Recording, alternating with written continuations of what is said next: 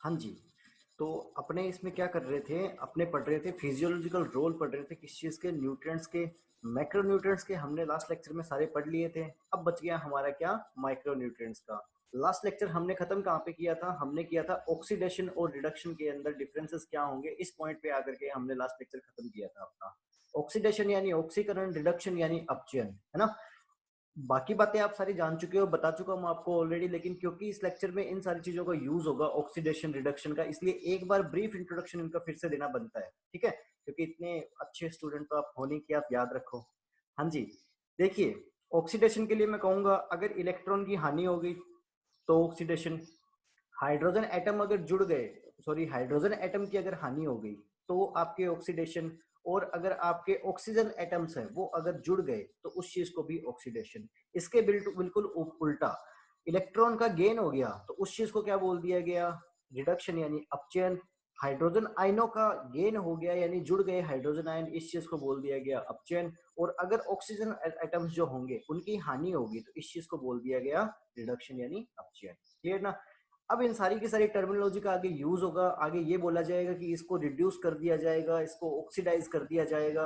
वहां पे आपको ये मतलब पता होना चाहिए, बाकी मैं एक्सप्लेन कर दूंगा आप लोगों को वहां भी, लेकिन फिर भी आपके माइंड में होना चाहिए ऑक्सीडेशन क्या चीज है, रिडक्शन क्या चीज है। ओके। अब स्टार्ट करते हैं अपने वापस से माइक्रो न्यूट्रिएंट्स को। रिडॉक्स रिएक्शन पे मैंने बता दिया आपको, एग्जांपल के लिए ये वाली चीज बता दी थी कि यहाँ पे इसका क्या हो रहा है, रिडक्शन हो रहा है, लेकिन इसका क्या हो रहा है, ऑक्सीडेशन, है ना। एक साथ रिडक्शन और ऑक्सीडेशन होता है, उसे बोलते हैं रिडॉक्स रिएक्शन। अब स्टार्ट करते हैं अपने अगले माइक्रो न्यूट्रिएंट से, या पहले माइक्रो न्यूट्रिएंट से। मैक्रो न्यूट्रिएंट हमने डिस्कस कर दिए प्रीवियस लेक्चर में, पहला माइक्रो न्यूट्रिएंट डिस्कस करते हैं। पहला आया जी आयरन। आयरन के बारे में जब हमने डिस्कस किया, आयरन के बारे में हमने डिस्कस किया तो क्या बोला गया, सोर्स के बारे में ये बोल दिया गया, इन वेल इरिगेटेड सॉइल, यानी अच्छी जिसमें सिंचाई हो, सिंचाई की व्यवस्था हो, आर्टिफिशियल तरीके से पानी देने की व्यवस्था हो जहाँ पे, वहां पे iron is present predominantly as ferric form. अब फेरिक फॉर्म कौन सी हो जाएगी, Fe+3। अब +3 है तो इस कंडीशन में क्या हो रहा है, क्या इसके अंदर इलेक्ट्रॉन की संख्या कम है या इलेक्ट्रॉन की संख्या अधिक है। Fe+3 इस सिचुएशन में मुझे बताइए, आप में से कौन बताएगा, फर्स्ट ईयर वाला है क्या कोई, फर्स्ट ईयर सुनील। हाँ जी सुनील, आप बताइए, जो Fe+3 है इसके अंदर इलेक्ट्रॉन की संख्या ज्यादा है या प्रोटॉन की संख्या ज्यादा है, सुनील चौधरी।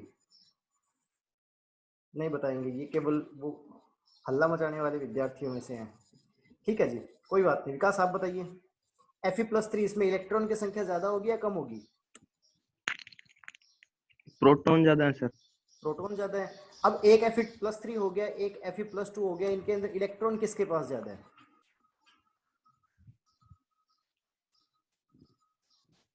सर एक Fe3 के पास प्रोटॉन ज्यादा है। प्रोटॉन आवाज ज्यादा है कट के इसके आ रही अंदर। है सर। Fe+3 के पास प्रोटॉन ज्यादा है, इट मीन Fe+2 के पास प्रोटॉन कम है। प्रोटॉन कम है तो इलेक्ट्रॉन किसके पास ज्यादा होंगे, मुझे वो चीज बता दीजिए। इलेक्ट्रॉन, प्रोटॉन के बारे में नहीं सुनना चाह रहा मैं, इलेक्ट्रॉन के बारे में सुनना चाह रहा हूँ। या फिर ये भी अगर आपको समझ में नहीं आ रहा तो लास्ट सर स्लाइड में अपन ने क्या बातें करी थी, लास्ट स्लाइड में यही सारी चीजें थी कि पॉजिटिव चार्ज जितना ज्यादा बढ़ता चला जाएगा उसका ऑक्सीडेशन होता चला जाएगा, नेगेटिव चार्ज जितना ज्यादा बढ़ता चला जाएगा उसका रिडक्शन होता चला जाएगा। Fe+3 है तो वहां पे क्या चीज है, पॉजिटिव चार्ज ज्यादा है, ठीक है ना, पॉजिटिव चार्ज ज्यादा है तो वहां पे क्या हो रखा है, उसका ऑक्सीडाइज स्टेट कौन सी है इन दोनों में, Fe+3, और रिड्यूस स्टेट कौन सी है, Fe+2। बस यही चीज आपको ध्यान में रखनी है। ऑक्सीडेशन और रिडक्शन में उस तरीके से आपसे क्वेश्चन नहीं पूछा जाएगा, केवल और केवल ये चीजें आपको पता होनी चाहिए कि रिड्यूस फॉर्म कौन सी है, ऑक्सीडाइज फॉर्म कौन सी है, उसके लिए आपको करना पड़ेगा यहाँ पे ध्यान, ठीक है। उसके लिए आपको पता होना चाहिए ऑक्सीडेशन क्या है, रिडक्शन क्या है। ओके, बात करते हैं इसके बारे में।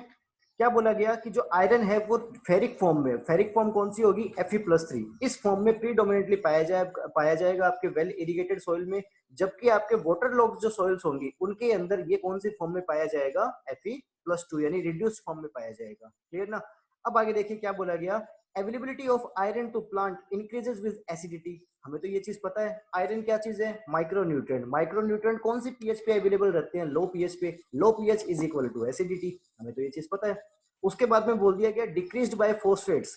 अब देखिए क्या था, हमने ये चीज ऑलरेडी पढ़ ली कि लो पीएच पे आयरन और एल्यूमिनियम के कारण, आयरन और एल्यूमिनियम के एंटागोनिस्ट इफेक्ट के कारण, उनके विपरीत प्रभाव के कारण क्या होगा, फॉस्फोरस एब्जॉर्ब नहीं हो पाएगा, है ना। तो वही चीज यहाँ हो गई कि अगर आयरन और एल्यूमिनियम फोस्फोरस के साथ पंगे ले रहा है तो फोस्फोरस इनके साथ भी पंगे ले रहे हैं, क्लियर ना, बदला। हाँ जी, आगे देखिए, आगे क्या बोला गया, it is absorbed in ferric state, ठीक है, कौन सी फॉर्म में एब्जॉर्ब किया जाएगा आयरन को, फेरिक फॉर्म में। फेरिक फॉर्म कौन सी होगी, Fe+3 वाली। लेकिन प्लांट के अंदर जो मेटाबॉलिक एक्टिव फॉर्म होगी, मेटाबॉलिक एक्टिव का मतलब प्लांट के अंदर जहां जहां आयरन की आवश्यकता होगी वहां वहां उसे यूज किया जाएगा, तो वो कौन सी फॉर्म में यूज किया जाएगा, Fe+2 फॉर्म में यूज किया जाएगा, यानी फेरस फॉर्म में यूज किया जाएगा। जबकि एब्जॉर्ब कौन सी फॉर्म में किया जाता है आयरन को, Fe+3 फॉर्म में, ध्यान रखना, ठीक है। आगे क्या बोला गया फिजियोलॉजिकल रोल्स में इसके, it is an important constitute of iron porphyrin protein, ठीक है। आयरन पोरफायरिन प्रोटीन जैसे कि साइटोक्रोम, पेरोक्सीडेज, कैटालेज, क्या इनमें से कोई हम पहले पढ़ चुके हैं, हाँ जी हम साइटोक्रोम पढ़ चुके हैं। साइटोक्रोम क्या था भाई, एक तरीके से इलेक्ट्रॉन ट्रांसपोर्ट चेन का काम कर रहा था, इलेक्ट्रॉन ट्रांसपोर्ट सिस्टम का काम कर रहा था, एक तरीके से इलेक्ट्रॉन का ट्रांसपोर्टर था।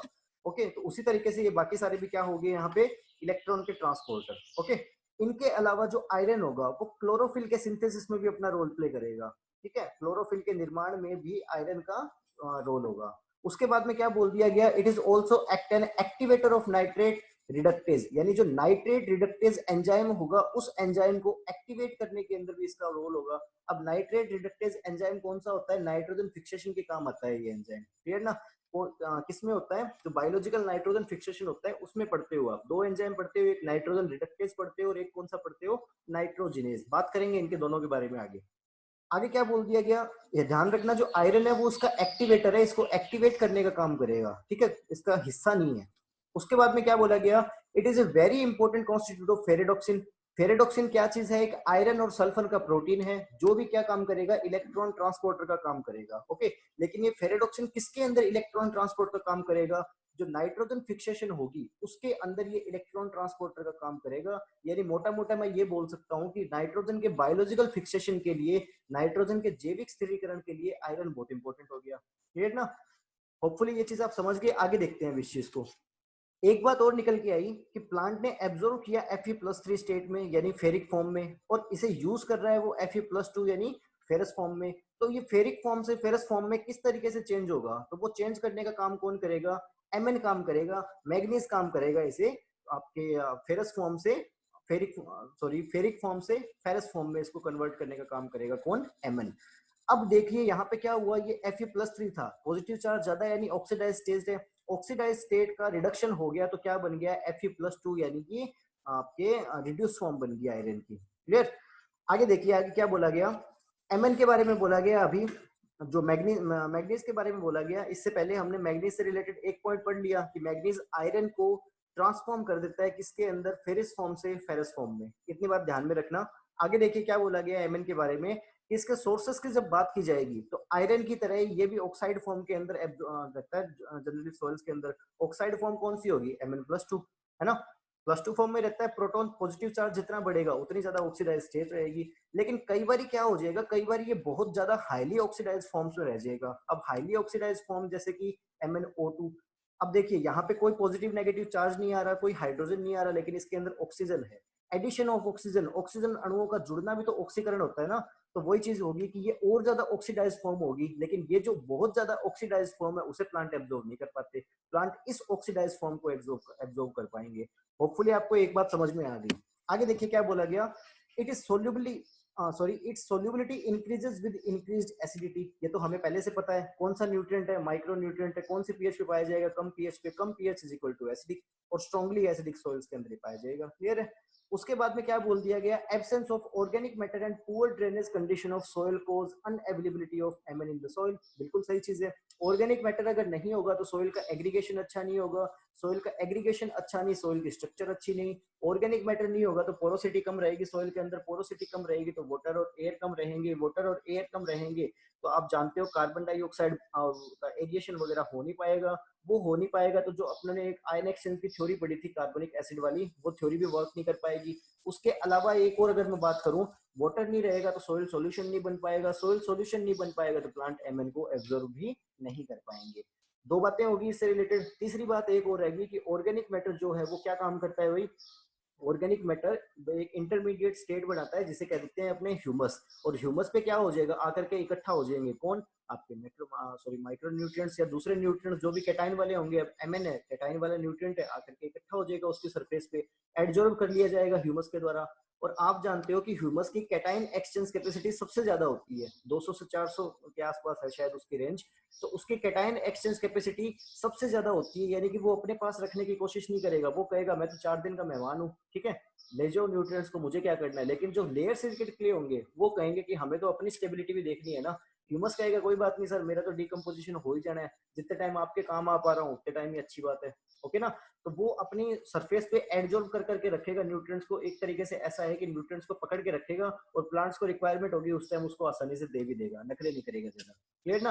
तो ये सारे के सारे रोल हो गए आपके ऑर्गेनिक मैटर के। तो ऑर्गेनिक मैटर की कमी हो जाएगी सोइल के अंदर, तो इस तरीके से न्यूट्रिएंट अवेलेबिलिटी भी अफेक्ट हो जाएगी। उसके बाद में क्या बोल दिया गया कि some time oxidising bacteria in the soil में also cause MN unavailable over the pH range of this. सबसे पहली चीज तो पीएच रेंज क्या होगी, ज्यादा होगी, हाई पीएच पे आपके माइक्रो न्यूट्रिएंट होते हैं उनकी अवेलेबिलिटी वैसे खत्म हो जाती है। दूसरी चीज, कई बार क्या होगा, कुछ ऑक्सीडाइजिंग बैक्टीरिया कोई भी हो, अपने को फर्क नहीं पड़ रहा फिलहाल, लेकिन ऑक्सीडाइजिंग बैक्टीरिया करेंगे क्या, Mn+2 जो कि पहले से ही ऑक्सीडाइज फॉर्म है, इसको और ज्यादा ऑक्सीडाइज कर देंगे। किसके अंदर कर दिया, मान लीजिए जैसे MnO2 में कर दिया, तो MnO2 तो प्लांट्स को अवेलेबल नहीं है, तो अवेलेबल ना हो पाने के कारण ऑक्सीडाइजिंग बैक्टीरिया की वजह से भी इसकी अवेलेबिलिटी में कमी आ जाएगी। फिर ये होगी इसके सोर्सेस के बारे में बातें। अब बात करते हैं मैग्नीज के फिजियोलॉजिकल रोल के बारे में। तो सबसे पहले क्या बोल दिया गया, it acts as an activator of some respiratory enzyme like oxidase, peroxidase, dehydrogenase और वगैरह वगैरह, ये सारे यानी कुछ रेस्पिरेटरी एंजाइम जो कहाँ काम आएंगे, आपकी रेस्पिरेशन की प्रोसेस में काम आएंगे, सारे के सारे आप पढ़ लोगे, ठीक है। कहाँ पढ़ोगे, जब रेस्पिरेशन का टॉपिक करेंगे उसके अंदर सारे एंजाइम आपको पढ़ने पड़ेंगे। ये जो पेरोक्सिडेज एंजाइम है वो कहाँ काम आएगा, आपके फोटो रेस्पिरेशन में काम आएगा। उसके अलावा डीहाइड्रोजनेज के बारे में आपने कल ही पढ़ा है, कहाँ पढ़ा आपने, जो एक थ्योरी पढ़ी थी आपने एक्टिव न्यूट्रिएंट एब्जॉर्प्शन की, उसके अंदर डीहाइड्रोजनेज एंजाइम के कारण साइटोक्रोम पंप वाली थ्योरी पढ़ी ना आपने, एनायन एक्सचेंज वाली, उसके अंदर डीहाइड्रोजनेज होने के कारण ही क्या हो रहा था, एक इलेक्ट्रॉन और एक H पॉजिटिव आयन रिलीज हो रहे थे इनर मेम्ब्रेन के, सेल मेम्ब्रेन की, और सेल मेम्ब्रेन की इनर मेम्ब्रेन से फिर इलेक्ट्रॉन आगे ट्रांसपोर्ट किया जा रहा था साइटोक्रोम पंप के द्वारा। तो वो सारी चीजें आपको पता है। काइनेज एंजाइम, डीकार्बोक्सिलेज एंजाइम, इनका क्या काम होगा, वो सारी की सारी चीजें अपने रेस्पिरेशन में पढ़ लेंगे। लेकिन इनको एक्टिवेट करने के लिए किसका रोल रहेगा, मैग्नीज का रोल रहेगा। उसके बाद में देखिए क्या बोला गया कि ये भी एसेंशियल है किस चीज के निर्माण के लिए, क्लोरोफिल के निर्माण के लिए। तो अगर मैं अकेले क्लोरोफिल की बात कर लेता हूं, तो क्लोरोफिल में अब तक हमने 4 न्यूट्रिएंट को स्पेसिफिकली पढ़ लिया। कौन कौन से 4, नाइट्रोजन इसके लिए एसेंशियल है, आप जानते हो वो क्लोरोफिल का हिस्सा है। उसके बाद में मैग्नीशियम क्लोरोफिल के लिए एसेंशियल है, आप जानते हो वो भी इसका हिस्सा है। उसके बाद में अभी हमने रिसेंट में आयरन पढ़ा, तो आयरन भी आप जानते हो कि इसके फॉर्मेशन में मदद करेगा। उसके अलावा अभी अभी हमने पढ़ लिया मैग्नीज, तो मैग्नीज भी क्या करेगा, इसके फॉर्मेशन में मदद करेगा। यानी क्लोरीन से रिलेटेड अब तक हमने 4 न्यूट्रिएंट्स को पढ़ लिया, ठीक है। उसके बाद में देखते हैं क्या बोला गया। अब इससे बोलने से पहले मैं आपको एक चीज बोल देना चाहता हूँ कि एक, क्या बोलते हैं उस चीज को, हाँ जी, एक सेइंग है इस तरीके से कि हद से ज्यादा कोई भी चीज अच्छी नहीं होती, जिसके पॉजिटिव्स होते हैं उसके नेगेटिव्स भी होते हैं, ठीक है। अभी हमने लास्ट स्लाइड में हमने क्या पढ़ा था कि जो आयरन होगा उसकी Fe+3 स्टेट को रिड्यूस कर देगा, वो Fe+2 स्टेट में कौन कर देगा, Mn कर देगा, ठीक है। Fe+2 स्टेट में प्लांट उसे कंज्यूम कर लेंगे और इस फॉर्म में इसको अवेलेबल करते जा रहे हैं, एब्जॉर्ब करते जा रहे हैं, ठीक है।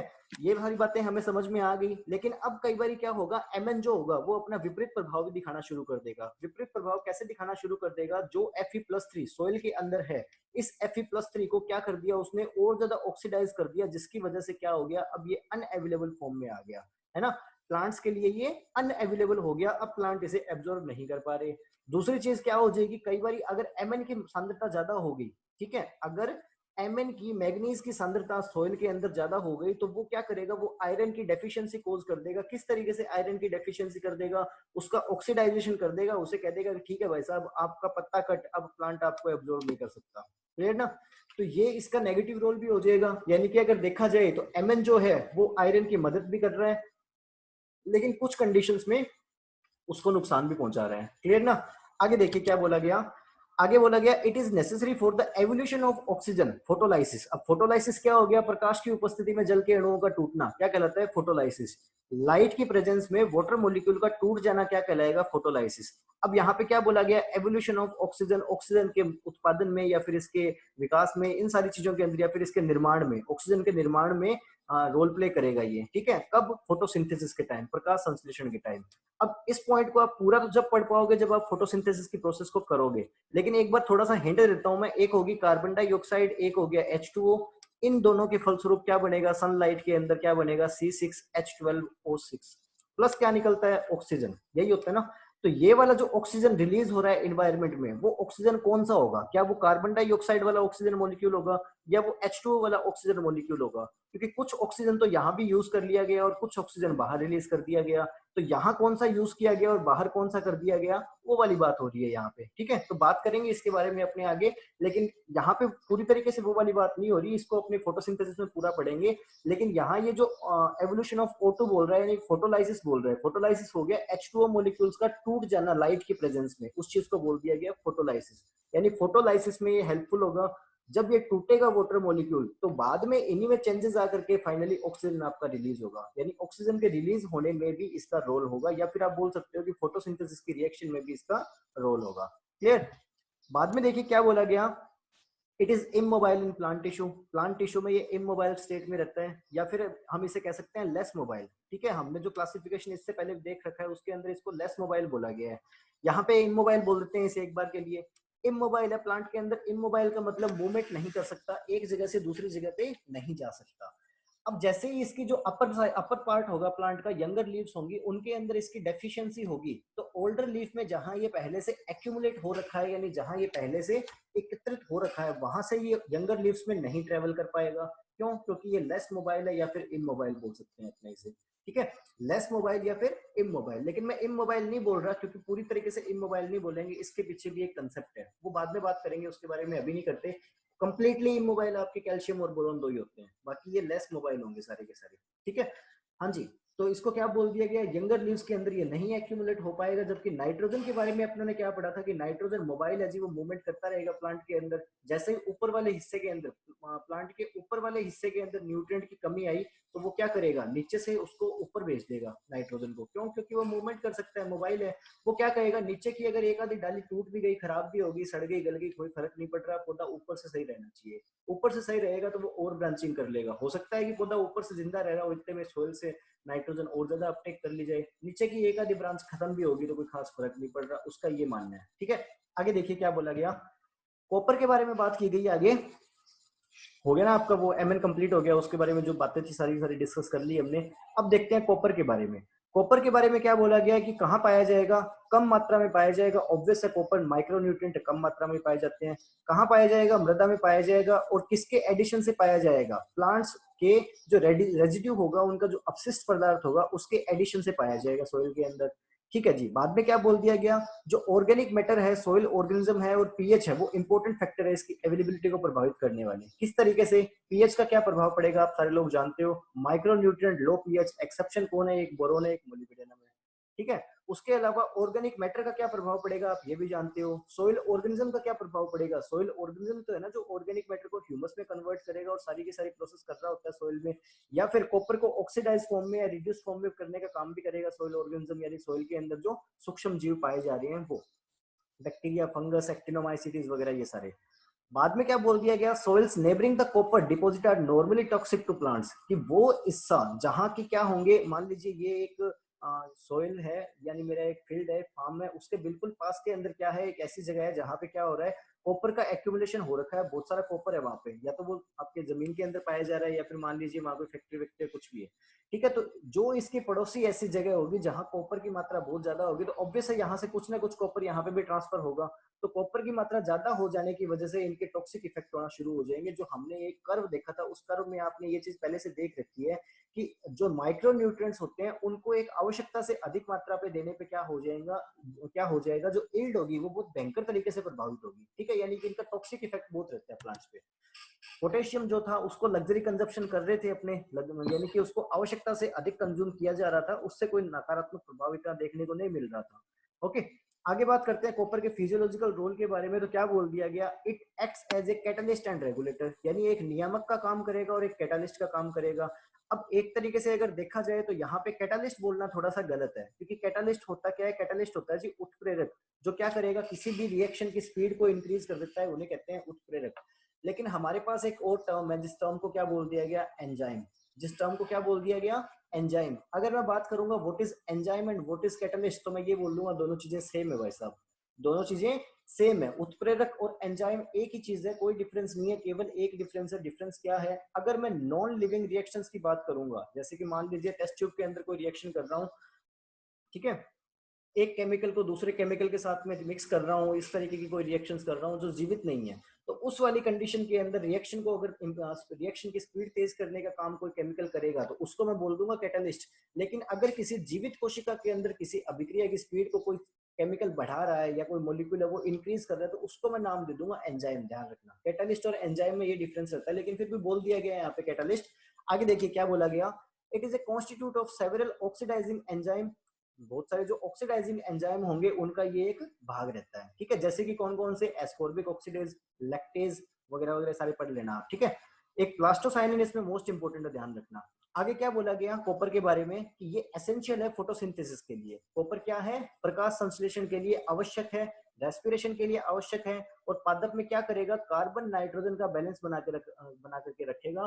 कार्बन नाइट्रोजन का बैलेंस कैसे बना करके रखेगा, नाइट्रोजन कहां से ग्रहण की जाएगी, जड़ों से, कार्बन कहां से ग्रहण की जाएगी, इन्वायरमेंट से। इन्वायरमेंट से कौन सी फॉर्म में, कार्बन डाइऑक्साइड की फॉर्म में, और कार्बन डाइऑक्साइड की फॉर्म में कौन सी रिएक्शन में, फोटोसिंथेसिस में। और फोटोसिंथेसिस के लिए आवश्यक कौन है, कॉपर।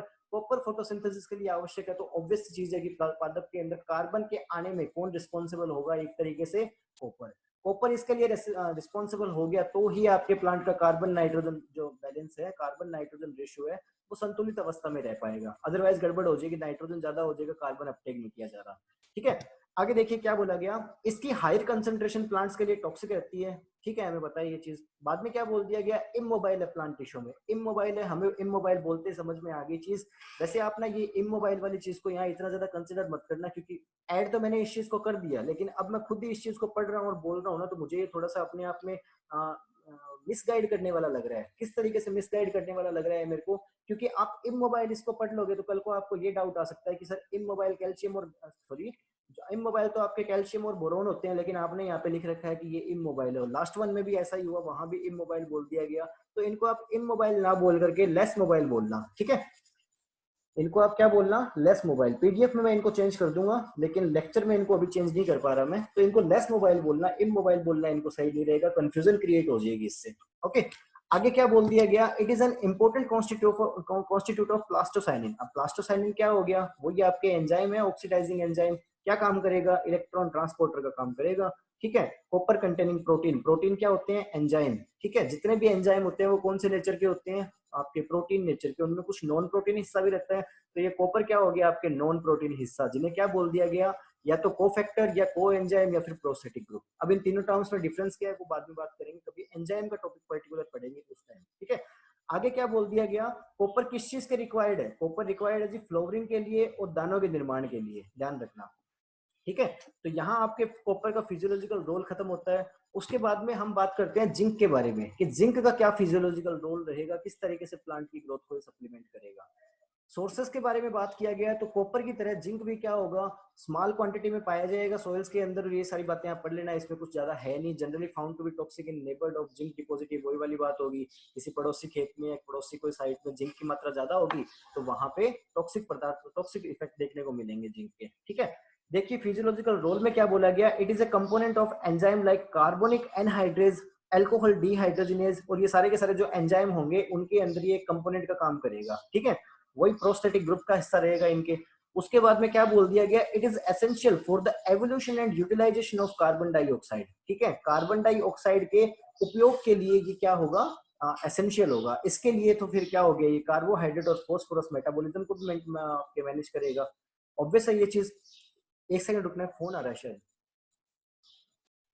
अब हमने जिंक के बारे में जितना भी पढ़ा है, इससे ऊपर वाला आप कभी भूल जाओ, कोई खास बात नहीं, लेकिन ये वाला पॉइंट कभी मत भूल जाना, मोस्ट इंपॉर्टेंट पॉइंट है जिंक का, कि जिंक क्या किसके लिए रिस्पॉन्सिबल होगा, बायोसिंथेसिस। बायोसिंथेसिस का मतलब क्या हो गया, जैव संश्लेषण, उसके जैविक निर्माण के लिए। किस चीज के जैविक निर्माण के लिए, किसी ग्रोथ हार्मोन के लिए, या फिर मैं बोल दूं पीजीआर, प्लांट ग्रोथ रेगुलेटर के निर्माण के लिए। कौन से प्लांट ग्रोथ रेगुलेटर के लिए, indole acidic acid. Indole acidic acid यानी क्या हो गया ये, आईएए। आईएए क्या है जी, एक नेचुरल ऑक्सीजन है। आईएए क्या है, एक नेचुरल ऑक्सीजन है। यानी डायरेक्ट क्वेश्चन क्या पूछ लिया जाता है कि ऑक्सीजन के बायोसिंथेसिस के लिए कौन सा आपके न्यूट्रिएंट है जो आवश्यक है या एसेंशियल है, तो वो कौन सा हो जाएगा, जिंक। ये बहुत इंपॉर्टेंट है, ध्यान रखना इस चीज को, ठीक है। उसके बाद में क्या बोल दिया गया, and also for the synthesis of RNA, और आरएनए के संश्लेषण में भी इसका रोल रहेगा। मॉडरेटली मोबाइल होता है किसके अंदर, प्लांट टिश्यू के अंदर। हम जानते हैं कि ये क्या होता है, मॉडरेटली मोबाइल होता है प्लांट टिश्यू के अंदर, ठीक है। उसके बाद में देखिए क्या बोला गया, मोलिब्डेनम के बारे में बात की गई। सोर्सेस के बारे में देखा जाएगा तो वाइडली डिस्ट्रीब्यूटेड स्मॉल अमाउंट में आपके जो इंडियन सोइल्स है उनके अंदर ये सारी बातें हमें पता लग गई। जो कोयल ऐश होंगे यानी कि जो कोयला वाली होगी, उन मृदाओं के अंदर ये थोड़ा ज्यादा मात्रा में पाया जाएगा। अब इसके फिजियोलॉजिकल रोल के बारे में बात करेंगे, तो फिजियोलॉजिकल रोल के बारे में क्या बोल दिया गया, सबसे पहले ये प्रोस्थेटिक ग्रुप है एक एंजाइम का। अब कौन से एंजाइम का, नाइट्रेट रिडक्टेज एंजाइम का। क्या हम इस एंजाइम के बारे में इससे पहले बात कर चुके हैं, डेफिनेटली कर चुके हैं। कब करी, जब हमने आयरन वाला पढ़ा।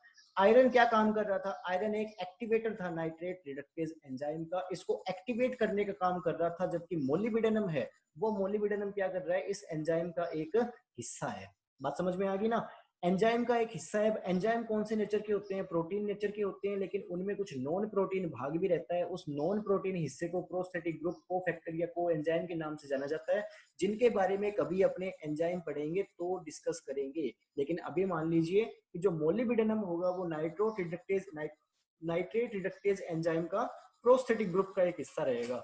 यानी मोलिब्डेनम तो उसका पार्ट है, और आयरन क्या है, उसको एक्टिवेट करने के लिए, उसको एक तरीके से शुरू करने के लिए, चालू करने के लिए रिस्पॉन्सिबल रहेगा, ठीक है, अपना काम शुरू करने के लिए रिस्पॉन्सिबल रहेगा। ओके, उसके बाद में क्या बोल दिया गया, अब नाइट्रेट रिडक्टेज एंजाइम के बारे में बात आ गई तो एक चीज और डिस्कस कर लेते हैं इसके बारे में कि नाइट्रेट रिडक्टेज एंजाइम का काम क्या रहेगा। तो बात करते हैं नाइट्रोजन के बारे में। तो नाइट्रोजन की दो फॉर्म होती है, एक फॉर्म होगी इसके अंदर नाइट्रेट, दूसरी फॉर्म होगी इसके अंदर नाइट्राइट। दूसरी फॉर्म क्या होगी, नाइट्राइट। नाइट्रेट फॉर्म के बारे में बात करूंगा, ये होगी आपकी NO3 नेगेटिव, और नाइट्राइट फॉर्म के बारे में बात करूंगा, ये होगी आपकी NO2 नेगेटिव, ठीक है।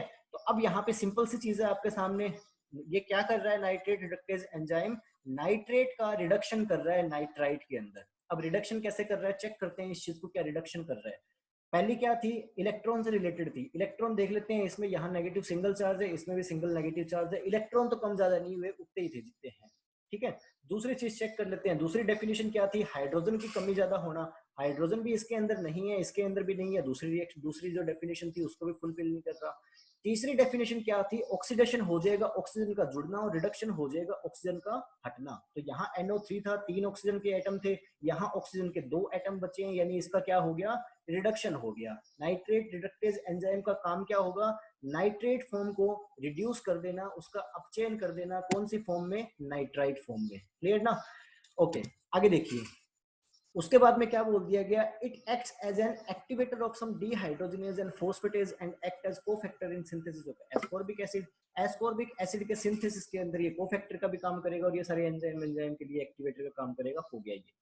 अब उसके बाद में क्या बोल दिया गया, क्योंकि ये नाइट्रेट रिडक्टेज एंजाइम का एक हिस्सा रहेगा, तो ऑब्वियस है ये नाइट्रोजन के बायोलॉजिकल फिक्सेशन के अंदर भी रिस्पॉन्सिबल रहेगा। नाइट्रोजन का बायोलॉजिकल फिक्सेशन कौन करता है, राइजोबियम। और राइजोबियम किसके साथ सिम्बायोटिक रिलेशनशिप में रहते हैं, लेग्यूम्स के साथ। लेग्यूम्स के साथ सिम्बायोटिक रिलेशनशिप में रहेंगे। लेग्यूम्स होते हैं डाइकोट्स, डाइकोट्स में रूट सिस्टम पाया जाता है, tap root. Tap root system की जो प्राइमरी रूट्स होंगी, प्राइमरी रूट्स पे क्या कौन बनाएंगे अपने नोड्यूल्स, ये बनाएंगे आपके राइजोबियम। और अगर आपके जो डाइकोट्स हैं उनके सेकेंडरी रूट्स पे अगर हमें नोड्यूल्स दिखाई देंगे तो वो किसकी वजह से हो रहा है, निमेटोड की वजह से वो बन रहे हैं। क्लियर। अब सेकेंडरी रूट्स पे बन रहे हैं तो हमारे लिए नुकसानदायक है, ध्यान रखना, और प्राइमरी रूट्स पे बन रहे हैं तो फायदेमंद है। अब क्या बोल दिया गया, necessary in the formation of nodule in legume, हमें पता लगी ये बात। तो उसके बाद में क्या बोल दिया गया, एटमॉस्फेरिक नाइट्रोजन के फिक्सेशन के लिए, ऑब्वियस है एटमॉस्फेरिक नाइट्रोजन का ही हमें फिक्सेशन करना पड़ेगा, क्योंकि नाइट्रोजन जो है वो वैसे तो कोई खनिज के रूप में पाई नहीं जा रही, इसीलिए तो नाइट्रोजन को इतनी भारी मात्रा में प्रकृति ने कहा दे दिया, एटमॉस्फेयर में, कि ये लीजिए, चलिए आपके साथ थोड़ा भेदभाव हो गया था वहां पे, तो यहाँ पे आपको कंपनशिएट कर दिया गया। होपफुली जितनी बातें अभी तक बताई है उतनी बातें आपको समझ में आ गई होंगी। ठीक है, थोड़ा आपको लग रहा होगा स्पीड में बता रहा हूँ, स्पीड में इसलिए बता रहा हूँ क्योंकि प्री पीजी वाले अगर होते तो उनको मैं ये करवाता ही नहीं। क्यों नहीं करवाता? क्योंकि मुझे नहीं लगता कि इसमें कुछ करवाने वाली चीजें हैं, केवल फर्स्ट ईयर वालों के पॉइंट ऑफ व्यू से मैं इस चीज को करवा रहा हूँ। आगे देखिए क्या बोला गया, डेफिशिएंसी सिम्टम ऑब्वियस पढ़ाने वाले हैं क्योंकि उनके अंदर कुछ नॉलेज देने वाली चीजें हैं, कुछ कंसेप्चुअल चीजें हैं, इसमें क्या पढ़ाने वाला है, तो बताने वाली चीजें हैं केवल। आगे देखिए क्या, लेकिन फर्स्ट ईयर वालों को तो वो भी बताना पड़ेगा ना, क्योंकि वो तो बिल्कुल नए नए हैं। इनमें से 2 स्टूडेंट तो ऐसे हैं जो मैथमेटिक बैकग्राउंड से बिलोंग करते हैं, उनके लिए तो ये काल्पनिक बातें हैं। हाँ जी, जब एक और चीज के बारे में बात करूंगा मोलिब्डेनम से रिलेटेड, तो एक और एंजाइम होगा नाइट्रोजिनेज एंजाइम। वो नाइट्रोजिनेज एंजाइम के 2 कंपोनेंट होते हैं, एक आयरन अकेला और एक आयरन के साथ मोलिब्डेनम। ठीक है, तो ये नाइट्रोजिनेज एंजाइम का भी एक हिस्सा रह गया, कौन? मोलिब्डेनम। अब अगर मैं बात करूंगा इसके बारे में, ठीक है, तो ये फिर से गलत हो गया ना, 1 मिनट रुकना, गलत बटन प्रेस हो गया। हाँ जी, अब अगर इसके बारे में बात करेंगे तो ये फिर से अपने सामने वो भाई साहब आ गए और भाई साहब आके पूछते कि सर एक डाउट है। हमने पूछा बताइए क्या डाउट है।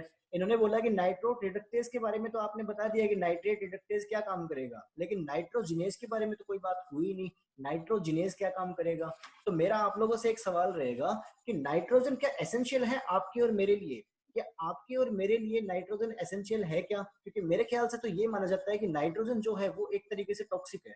नाइट्रोजन जो है वो है एक तरीके से टॉक्सिक है, तभी तो अपने क्या करते हैं, अपने यूरिन के माध्यम से, मूत्र के माध्यम से क्या कर देते हैं, उसे अपने शरीर से बाहर कर देते हैं। अगर मैं बात करूंगा एक्सक्रीटरी सिस्टम के बारे में, एंटोमोलॉजी में आप लोगों ने पढ़ा होगा, तो जो एक्सक्रीटरी सिस्टम होता है वो सिस्टम बोलता है ये चीज है कि आप शरीर के नाइट्रोजनस अपशिष्ट पदार्थों को बाहर निकाल दीजिए। यानी जो नाइट्रोजनस वेस्टेज होंगे आपके शरीर के, उनको बाहर निकाल दीजिए, क्योंकि अगर वो शरीर में पड़े रहे तो वो क्या होंगे, शरीर के लिए टॉक्सिक होंगे।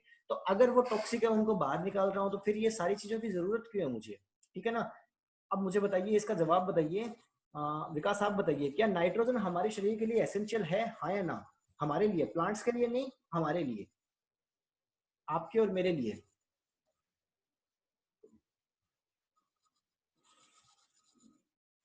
डेफिनेटली आपके पास कोई साउंड इशू होगा। हाँ जी जसविंद्र मैम आप बताइए, क्या ह्यूमन बॉडी के लिए नाइट्रोजन एसेंशियल है? शिव प्रकाश आप बताइए।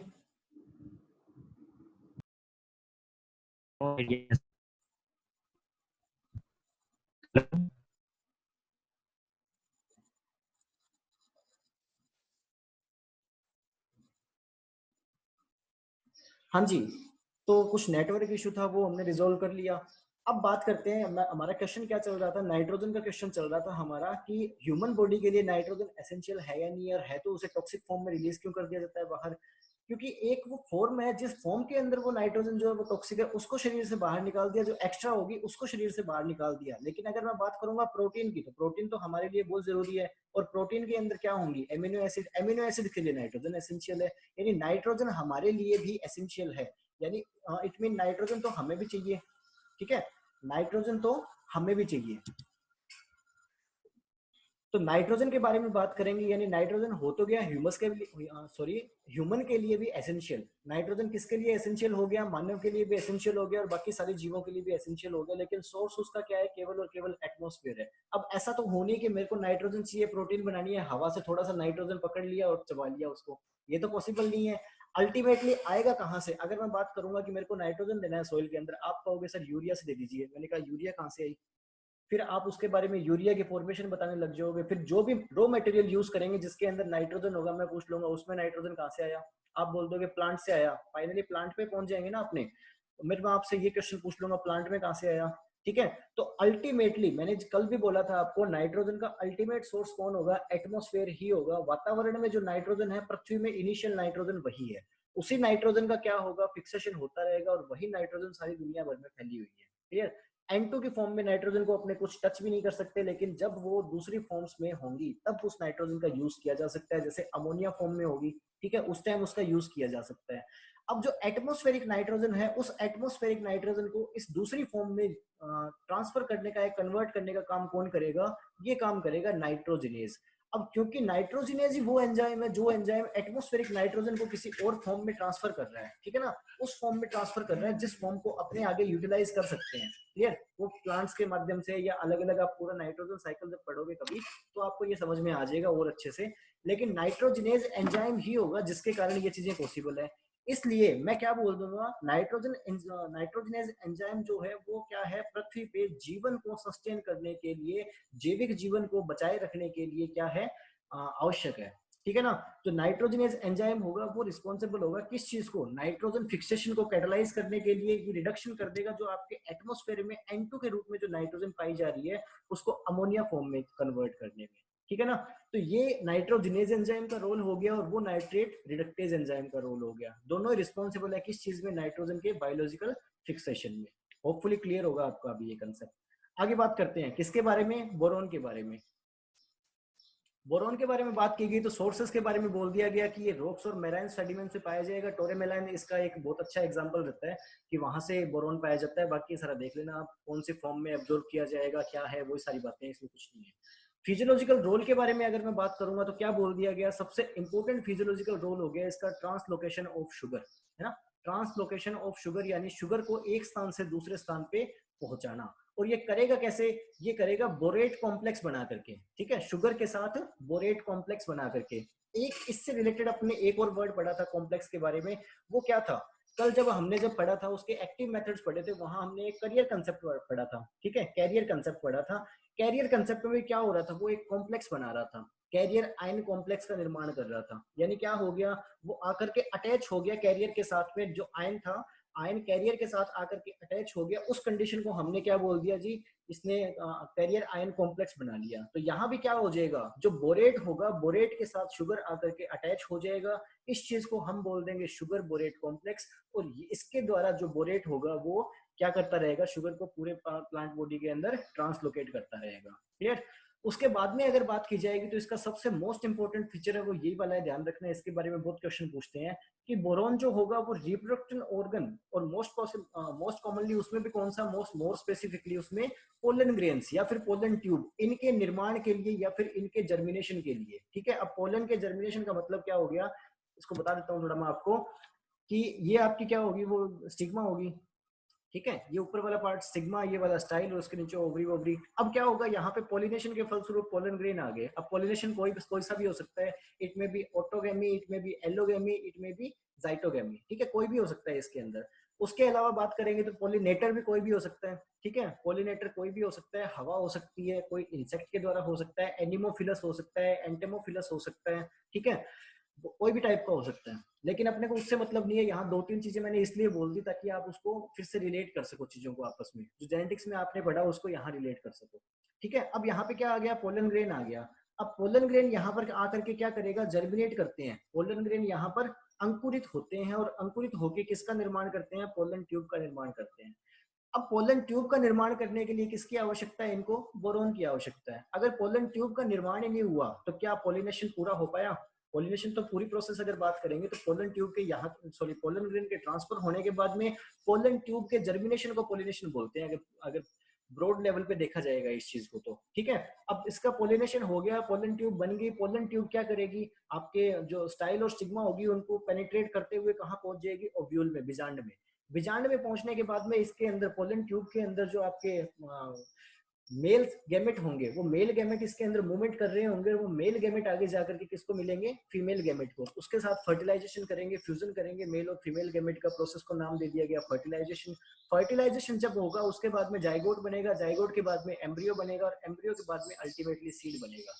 यानी पूरा का पूरा बीज निर्माण होने में बोरोन का रोल हो गया। किस तरीके से रोल हो गया, केवल और केवल एक छोटा सा काम करके पोलन ट्यूब के जर्मिनेशन, पोलन ट्यूब के निर्माण में, या फिर पोलन के जर्मिनेशन में, जो पोलन ग्रेन होंगे उनके जर्मिनेशन को कंट्रोल करके। अगर पोलन ट्यूब ही जर्मिनेट नहीं हुई तो उसके बाद वाली सारी की सारी जो अपने भी नाम गानी गाई वो सब वेस्टेज है। क्लियर ना? आगे देखिए, ये मोस्ट इंपोर्टेंट है भाई, बहुत बार पूछते हैं इस चीज को। आगे क्या बोल दिया गया, ये वाटर रिएक्शन के अंदर भी रिस्पॉन्सिबल होगा। इनटेक, जो पानी का इनटेक होगा किसी कोशिका में, उसको भी रेगुलेट करने का काम करेगा।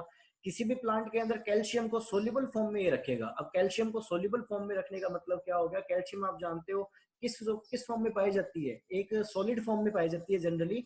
ठीक है, वही आपके हो गए ना, जैसे कैल्शियम, दांत भी तो आपके कैल्शियम ही होता है ना, दांतों में भी कैल्शियम ही रहता है, उसके अलावा हड्डियों में कैल्शियम रहता है। वो क्या चीजें हैं, वो सॉलिड चीजें हैं। लेकिन वो उसको प्लांट सेल के अंदर, जो सेल वॉल के अंदर कैल्शियम पाई जाएगी या कहीं और प्लांट के अंदर, प्लांट सेल में जो कैल्शियम पाई जा रही है, उसको वहां पे सॉलिड नहीं होने देगा, उसको गुलित फॉर्म में रखेगा, उसको सोल्यूबल फॉर्म में रखेगा। कौन रखेगा? बोरोन। अगर बोरोन नहीं होगा तो वो सॉलिड फॉर्म में बन जाएगी, सॉलिड फॉर्म में बन जाएगी तो यूं मान लो कि ये आपके एक प्लांट सेल होगी, और प्लांट सेल के चारों ओर कैल्शियम की एक दीवार होगी, और अब वो कह रही है कि भाई साहब ना कुछ अंदर जाएगा ना कुछ बाहर आएगा, अपने तो सॉलिड बन गए। क्लियर ना?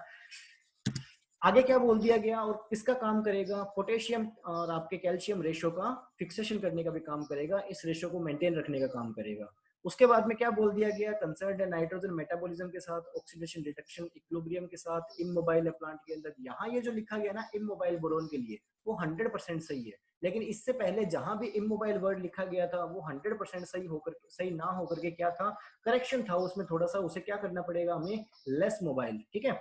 आगे क्या बोल दिया गया कि जो बोरोन होगा वो नॉन मेटल होता है, किसके अंदर? जितने भी माइक्रो न्यूट्रिएंट्स अपने पढ़ते हैं उन सारे के सारे माइक्रो न्यूट्रिएंट्स के अंदर केवल इकलौता माइक्रो न्यूट्रिएंट है जो नॉन मेटल है।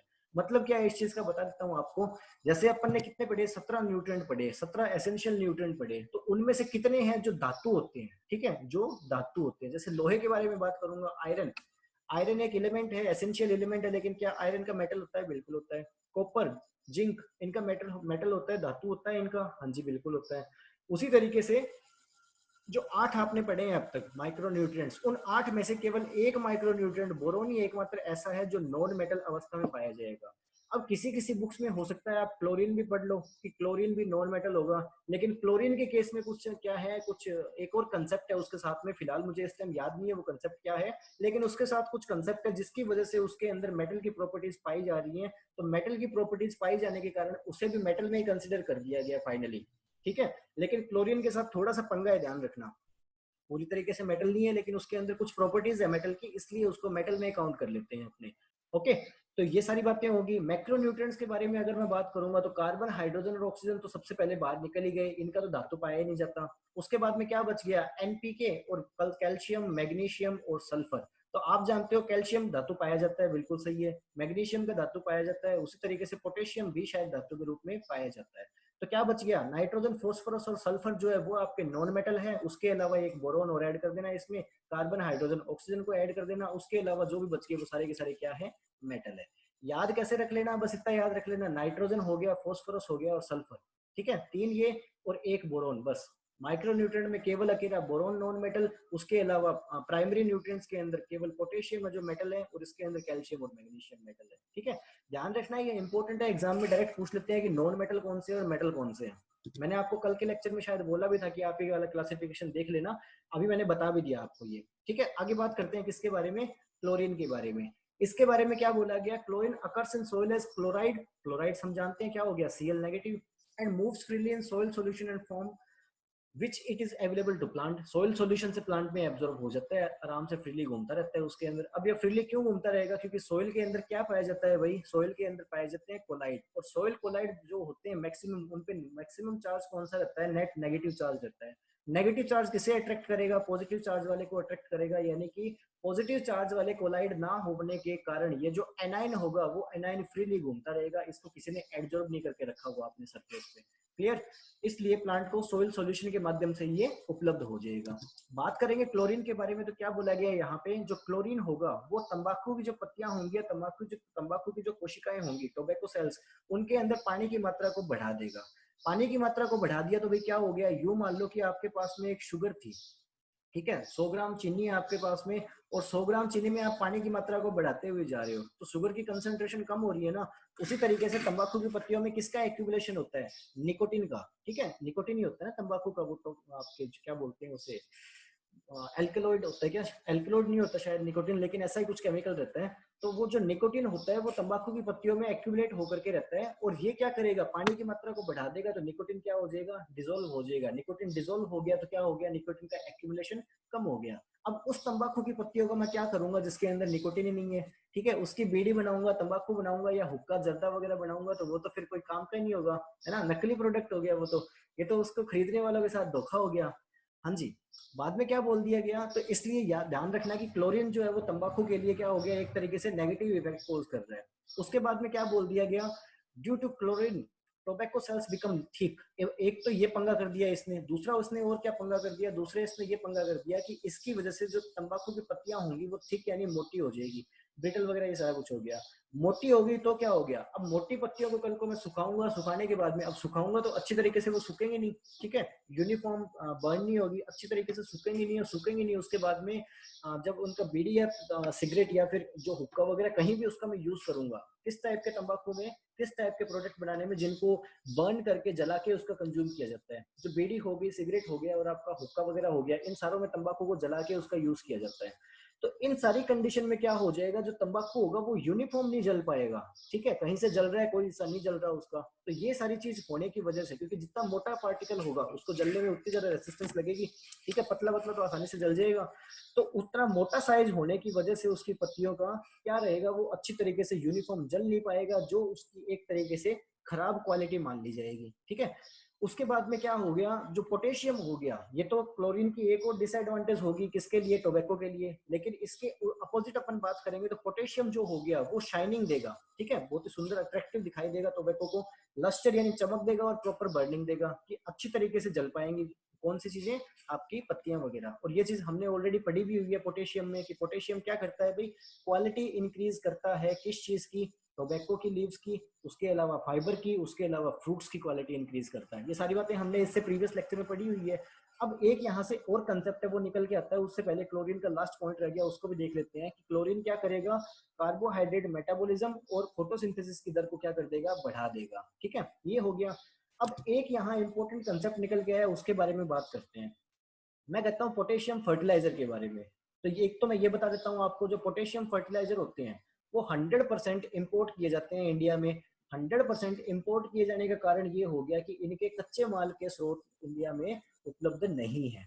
इन फर्टिलाइजर को बनाने के लिए जो कच्चा माल या रॉ मटेरियल चाहिए, उस रॉ मटेरियल के सोर्सेज इंडिया में रिसोर्सेज कम होने के कारण, ठीक है, या फिर ना होने के कारण, जो पोटेशियम के फर्टिलाइजर है इसको रेडीमेड, ठीक है, बने बनाए अवस्था में क्या किया जाता है, फॉरेन कंट्रीज से इंपोर्ट किया जाता है। एक बात होगी।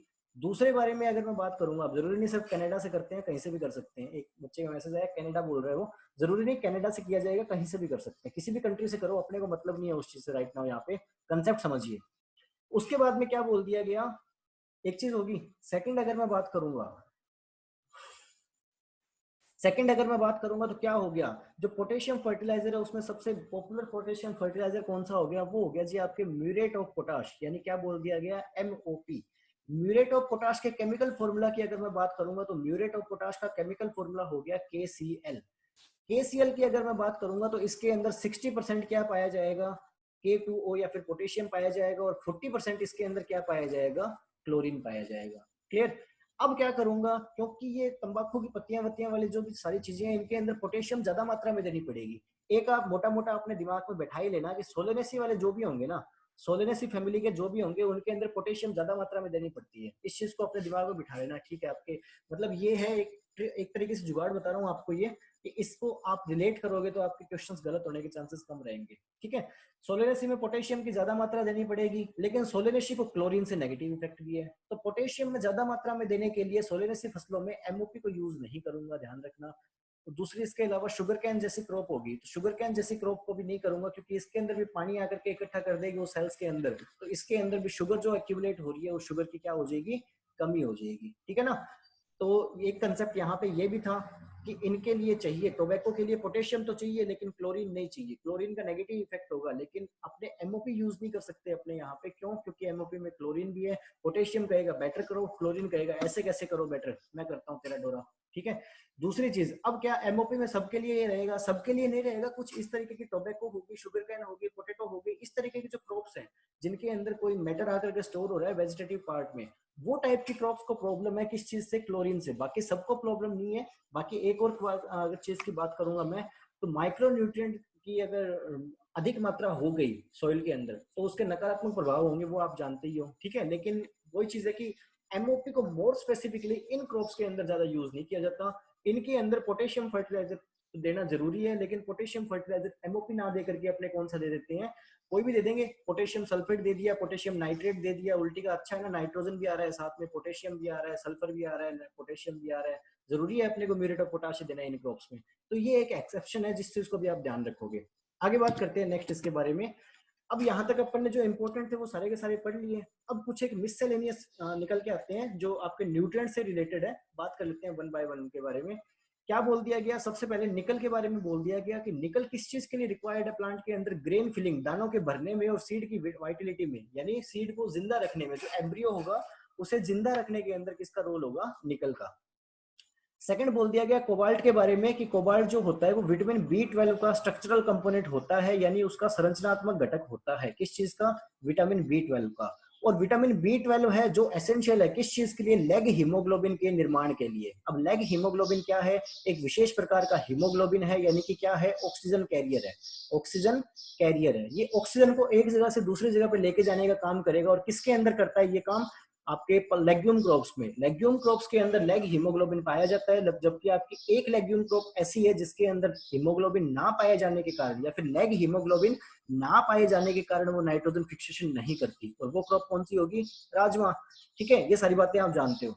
तो ये लेग हीमोग्लोबिन है वो क्या करेगी, ऑक्सीजन सप्लाई करेगी किस चीज को, जो आपके राइजोबियम बैक्टीरिया होंगे उसको, यानी कि नाइट्रोजन फिक्सेशन नोड्यूल्स बनाने के अंदर भी इसका कोबाल्ट का यूज हो गया, ध्यान रखना ये भी इंपॉर्टेंट हो गया। ठीक है, आगे बात करते हैं अपने क्या बोला गया सोडियम के बारे में। तो सोडियम जो हो गया वो एसेंशियल हो गया शुगर बीट जैसी फसलों के लिए। उसके अलावा सोडियम के बारे में अपन एक बात इससे पहले भी पढ़ चुके हैं कि सोडियम क्या रहेगा, ड्रोथ टॉलरेंस का काम भी करेगा। आगे बोल दिया गया हायर प्लांट्स के अंदर सोडियम सप्लीमेंट करेगा पोटेशियम को, ध्यान रखना। अब सोडियम सप्लीमेंट कर रहा है पोटेशियम को, यानी कि सोडियम की उपस्थिति पोटेशियम के प्रभाव को बढ़ा रही है, ठीक है ना। तो इसीलिए मैंने आपको बोला था कल कि अगर सोडियम और पोटेशियम आ गया तो आप सोडियम पे ज्यादा जाना ग्रोथ वाली कंडीशन पे। स्टोमेटा को क्लोज करने में सोडियम का भी रोल होगा, ध्यान रखना। आगे क्या बोल दिया गया, इन बैक्टीरिया, कुछ बैक्टीरिया के अंदर molybdenum can be replaced by vanadium. अब मोलिब्डेनम को कहाँ वेनेडियम रिप्लेस करेगा, मोलिब्डेनम किसका कॉन्स्टिट्यूट था, वो नाइट्रेट रिडक्टेज एंजाइम का, नाइट्रोजनेज एंजाइम का, उसका कॉन्स्टिट्यूट था। तो उसको रिप्लेस किया जा सकता है, वहां जो मोलिब्डेनम पाया जा रहा था उसको वेनेडियम के द्वारा रिप्लेस किया जा सकता है, लेकिन किसके अंदर, कुछ बैक्टीरिया में। अब बैक्टीरिया कौन से, जो वो बैक्टीरिया जो सिम्बायोटिक नाइट्रोजन फिक्सेशन करेंगे, जैसे बीजीए, बीजीए यानी ब्लू ग्रीन एल्गी, किसका एसोसिएशन होता है आपके, ये शैवाल और उसका एल्गी, और मेरे ख्याल से साइनोबैक्टीरिया का एसोसिएशन रहता है ना। तो साइनोबैक्टीरिया कौन से हो गए, वो बैक्टीरिया जिनके अंदर क्लोरोप्लास्ट पाया जाता है, जो ऑटोट्रोपिक टाइप के होते हैं, अपना खाना खुद बनाते हैं, ठीक है, उन्हें बोलते हैं साइनोबैक्टीरिया। सारे बैक्टीरिया के अंदर क्लोरोप्लास्ट नहीं पाया जाता, साइनोबैक्टीरिया के अंदर क्लोरोप्लास्ट पाया जाता है। तो ये जो साइनोबैक्टीरिया हो गए इस टाइप के, उनके अंदर मोलिब्डेनम को रिप्लेस किया जा सकता है वेनेडियम से। एग्जांपल के लिए बात कर दिया नॉन स्टॉक एनाबिना वगैरह, ये सारी चीजें। इसके लिए मोलिब्डेनम की जगह वेनेडियम भी काम में आ सकता है नाइट्रोजन फिक्सेशन में। आगे अगर मैं बात करूंगा तो अब बात कर ली गई सिलिका के बारे में कि ये क्या करेगी, पैडी क्रॉप के अंदर रेसिस्टेंस देने का काम करेगी। पैडी क्रॉप के अंदर रेसिस्टेंस यानी डिजीज रेसिस्टेंस या फिर लॉजिंग रेसिस्टेंस, उन सारी चीजों को रेगुलेट करने का काम करेगी, उन सारी चीजों के लिए रिस्पॉन्सिबल होगी। यानी मोटा मोटा पैडी क्रॉप के लिए जो सिलिका है वो बेनिफिशियल है। उसके बाद में क्या बोल दिया गया, selenium can be replaced with sulphur. अब सल्फर को रिप्लेस कर सकते हैं अपने सेलेनियम से, लेकिन किस चीज के अंदर, मैथियोनिन, सिस्टेन और सिस्टाइन के अंदर। अब मैथियोनिन, सिस्टेन और सिस्टाइन क्या चीजें हैं जी, हमें पता है ये सल्फर कंटेनिंग एमिनो एसिड है, मोस्ट इंपोर्टेंट है, ध्यान रखना। ये कल भी बताया था, आज फिर बता रहा हूँ। सल्फर कंटेनिंग एमिनो एसिड है, यानी इन एमिनो एसिड में जहां सल्फर पाया जा रहा था उस सल्फर को रिप्लेस किया जा सकता है सेलेनियम के साथ। क्यों किया जा सकता है, क्योंकि सल्फर और सेलेनियम क्या है, एनालोगस है। अब एनालोगस का मतलब क्या हो गया, एनालोगस का मतलब ये हो गया कि उनकी उत्पत्ति तो अलग अलग है, उत्पत्ति अलग अलग है, ओरिजिन उनका अलग अलग जगह से हुआ है, लेकिन काम वो दोनों एक जैसा ही कर रही है। उसको क्या बोल दिया गया, same function but different origin. एक होता है होमोलोगस, समझा। होमोलोगस क्या हो गया, डिफरेंट फंक्शन होगा उनका, लेकिन उनका ओरिजिन एक ही जगह से होगा, ठीक है ना। काम उनका अलग अलग होगा लेकिन उनका ओरिजिन सेम होगा। उस चीज को क्या बोल दिया गया, होमोलोगस। तो ये जो सेलेनियम है वो एनालोगस है किस चीज के, सल्फर के। ओरिजिन इसका डिफरेंट है लेकिन काम एक जैसा ही होगा, इसलिए अपने सल्फर को रिप्लेस कर सकते हैं सेलेनियम में, सेलेनियम से। किसके अंदर, सल्फर कंटेनिंग एमिनो एसिड्स में, जो कौन कौन से हैं, मैथियोनिन, सिस्टीन और सिस्टाइन। क्लियर ना। यहाँ तक किसी को कोई डाउट है तो बताइए। उसके बाद में एक आपकी स्लाइड हो रहेगी एक और, यहाँ पे एक तरीके से फिर से बिल्कुल समराइज कर दिया गया इन सारी चीजों को। क्या बोल दिया गया, elements and its major role. Elements की बात करूंगा, उनके मेजर रोल के बारे में बात करूंगा। क्या बोल दिया गया, कार्बन, हाइड्रोजन, ऑक्सीजन। लेक्चर के स्टार्टिंग के अंदर, आज के लेक्चर में नहीं, न्यूट्रिएंट के स्टार्टिंग के अंदर 2 या 3 लेक्चर पुराने के अंदर क्या हुआ, कार्बन, हाइड्रोजन और ऑक्सीजन के बारे में मैंने आपको बताया कि ये प्लांट का 96% भाग बना रहे हैं, इसीलिए इनको क्या बोल दिया गया, providing basic structure. Clear? Carbon, hydrogen, oxygen, nitrogen, phosphorus और सल्फर ये टिश्यू बिल्डिंग एलिमेंट्स के अंदर अपना रोल प्ले कर रहे हैं, यानी उत्तक निर्माण इकाइयां जो होंगी उनके निर्माण के अंदर अपना रोल प्ले करेंगे। पोटेशियम, मैग्नीशियम, कैल्शियम और क्लोरीन ये इलेक्ट्रोलाइटिक बैलेंस मेंटेन करने में हेल्प करेंगे प्लांट को। कैल्शियम, मैग्नीशियम और फास्फोरस ये स्केलेटल एलिमेंट, स्केलेटल का मतलब क्या होगा, कंकाल, यानी एक तरीके से ढांचा मेंटेन करने का। कैल्शियम का काम क्या होगा, कहाँ पाया जाएगा कैल्शियम, आप जानते ही हो, सेल वॉल के अंदर। हाइड्रोजन और ऑक्सीजन ये एनर्जी एक्सचेंज एलिमेंट का काम करेंगे। अब ये एनर्जी एक्सचेंज एलिमेंट का काम कैसे करेंगे, ऑक्सीडेशन और रिडक्शन को अगर आप याद करोगे तो सारा का सारा किस चीज पर बेस्ड है, हाइड्रोजन और ऑक्सीजन पे बेस्ड है। उसके अंदर सबसे नीचे येलो कलर में 2 लाइनें लिखी हुई थी, एक के ऑक्सीडेशन के अंदर था वो एनर्जी रिलीज करती है, इसके अंदर था वो एनर्जी स्टोर करती है। तो समझ गए ना, एनर्जी को एक्सचेंज करने के काम में कौन आएगा, हाइड्रोजन और ऑक्सीजन। कैसे, ऑक्सीकरण और अपचयन करके। ओके, उसके बाद में बात करेंगे एनपीएस, जो आपके नाइट्रोजन, फास्फोरस और सल्फर है, वो एनर्जी का स्टोरेज करने के, ट्रांसफर और बॉन्डिंग, बॉन्ड बनाने के काम में आएंगे। आयरन, कोबाल्ट, मैग्नीज, कॉपर और जिंक ये ऑक्सीडेशन रिडक्शन यानी रिडॉक्स रिएक्शंस को रेगुलेट करने के काम करेंगे। कॉपर, आयरन, मैग्नीज और सल्फर ये कैटालिटिक एलिमेंट्स होंगे जो क्या करेंगे, उत्प्रेरक का काम करेंगे किसी अभिक्रिया की स्पीड को तेज करने के लिए। तो यहाँ आपका ये फिजियोलॉजिकल रोल ऑफ एलिमेंट्स खत्म हो रहा है। यहाँ तक किसी को कोई डाउट हो तो प्लीज बताइए, वरना आगे कंटिन्यू करते हैं। हाँ जी, आगे कंटिन्यू करते हैं अपने। अब इसके बाद में क्या हो गया, हमने क्या क्या चीजें पढ़ ली, हमने न्यूट्रिएंट्स के बारे में पढ़ लिया, एसेंशियल न्यूट्रिएंट्स के बारे में पढ़ लिया, क्राइटेरिया ऑफ एसेंशियलिटी के बारे में हमने पढ़ लिया, न्यूट्रिएंट्स का क्लासिफिकेशन हमने जान लिया। उसके बाद में हमने क्या देख लिया, किस तरीके से न्यूट्रिएंट्स को एब्जॉर्ब किया जाएगा प्लांट के द्वारा, उसके अलग अलग मैकेनिज्म क्या होंगे, हमने वो भी देख लिया। अब हमने उसके बाद में क्या स्टडी कर ली कि न्यूट्रिएंट्स का प्लांट्स में यूज क्या होगा, उनका रोल क्या होगा, किस तरीके से वो प्लांट में अपना कंट्रीब्यूशन देंगे, ये सारी चीजें हमने अब तक कवर कर ली। अब बात करेंगे अगर बाय चांस इनकी डेफिशिएंसी होगी तो इससे रिलेटेड 4 टर्म्स आप इससे पहले पढ़ चुके हो। कहाँ पढ़ चुके हो, जब लेक्चर स्टार्ट हुआ था उस टाइम, आज का नहीं, न्यूट्रिएंट्स वाला। उस टाइम क्या पढ़ा हमने, 4 अलग अलग टर्म्स को पढ़ा था। एक था इनसफिशिएंट, एक था आपकी क्या डेफिशिएंसी, एक था टॉक्सिक और एक क्या था बहुत ज्यादा होना। तो वो सारी टर्म्स को हमने पढ़ लिया। तो वहां पे एक टर्म थी डेफिशिएंसी। डेफिशिएंसी का मतलब क्या था कि कोई न्यूट्रिएंट जो है उसकी जितनी मात्रा चाहिए प्लांट को उतनी मात्रा ना होकर के उससे बहुत कम मात्रा हो जाना, और अब प्लांट क्या कर देगा, अब प्लांट अपनी यील्ड में कमी प्रदर्शित करना स्टार्ट कर देगा, उपज में कमी आनी स्टार्ट हो जाएगी। तो उस चीज को क्या बोल दिया गया, न्यूट्रिएंट डेफिशिएंसी। क्लियर? अब बात करते हैं इसके बारे में पूरा डिटेल से। क्या बोला गया, न्यूट्रिएंट डेफिशिएंसी फसलों में बोलने के बारे में, डेफिनेशन के बारे में ये बोल दिया गया, लो सप्लाई और कंप्लीट एब्सेंस, या तो उनकी कम मात्रा में सप्लाई हो रही है या फिर क्या हो रहा है, पूरी तरीके से ही अनुपस्थित है। ठीक है, of any of the essential element, जो 17 में से कोई भी एक भी न्यूट्रिएंट है उसकी कोई भी लो सप्लाई हो रही है, कंप्लीट एब्सेंस हो रही है, तो उसके कारण क्या होगा, वो टिपिकल प्रभाव के, टिपिकल यानी कि विशिष्ट प्रकार के सिम्टम्स प्रदर्शित करेगा। ठीक है ना, सिम्टम्स यानी लक्षण प्रदर्शित करेगा, which are specific to particular element. जो ये लक्षण प्रदर्शित किए जाएंगे वो लक्षण किसी पर्टिकुलर एलिमेंट के लिए स्पेसिफिक होंगे। अब इसका मतलब क्या हो गया, इसका मतलब ये हो गया कि अगर मुझे बुखार होगी तो बुखार होने से मुझे क्या होगा, मेरे शरीर का टेम्परेचर बढ़ेगा, है ना। उसी तरीके से कंफर्म किया जाता है ना कई बार कि जैसे मान लीजिए अभी मैं बात करता हूँ तो मुझे हल्का खांसी जुकाम हो रहा है, मुझे एक तरीके से खांसी आ रही है, तो खांसी आ रही है तो कुछ लोगों को ये भी रहेगा कि कोरोना वायरस तो नहीं हो गया कहीं पे। तो चेक कैसे करूंगा, मैं चेक ऐसे करूंगा, कोरोना वायरस के जो जो सिम्टम्स होंगे उन सिम्टम्स को चेक करके देखूंगा कि क्या मुझे केवल और केवल क्या मुझे वो नेजल सिक्रेशन हो रहा है। नेजल सिक्रेशन हो रहा है इट मीन कोरोना वायरस नहीं है, क्योंकि उसके अंदर नेजल सिक्रेशन नहीं होता। ठीक है, क्या मुझे सांस लेने में तकलीफ हो रही है, अगर नॉर्मल तकलीफ हो रही है इट्स ओके, लेकिन अगर एक्यूट प्रॉब्लम हो रही है सांस लेने में देन प्रॉब्लम वाली बात है। क्या मेरे गले में बहुत ज्यादा दर्द हो रहा है, खराश हो रही है, ये सारी चीजें मैं चेक करूंगा। ठीक है, फिर चेक नहीं करेगी, उससे मेल नहीं खाएगी तो मेरे नेजल सिक्रेशन हो रहा है यानी मुझे जुकाम हो रखा है, कोल्ड हो रखा है।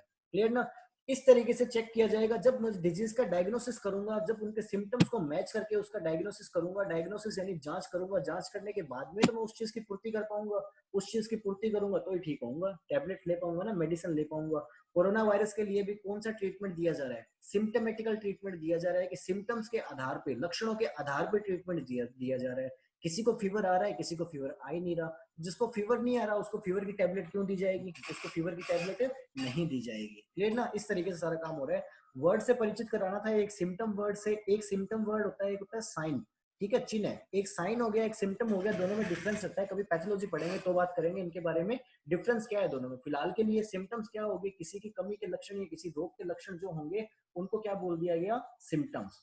अब देखिए यहाँ जब मैं बात करूंगा इसके बारे में, क्या बोला गया, this condition is called as nutrient deficiency. उसकी लो सप्लाई होना या फिर कंप्लीट एब्सेंस होना, जिसके कारण वो कोई पर्टिकुलर सिम्टम शो करेगा, इस कंडीशन को मैंने क्या बोल दिया, न्यूट्रिएंट डेफिशिएंसी, उस न्यूट्रिएंट की कमी। और सिम्टम्स को मैंने क्या बोल दिया, डेफिशिएंसी सिम्टम्स। जो लक्षण उसके द्वारा प्रदर्शित किए जाएंगे उन लक्षणों को मैंने क्या बोल दिया, डेफिशिएंसी सिम्टम। होपफुली यहां तक आपको बातें समझ में आ गई।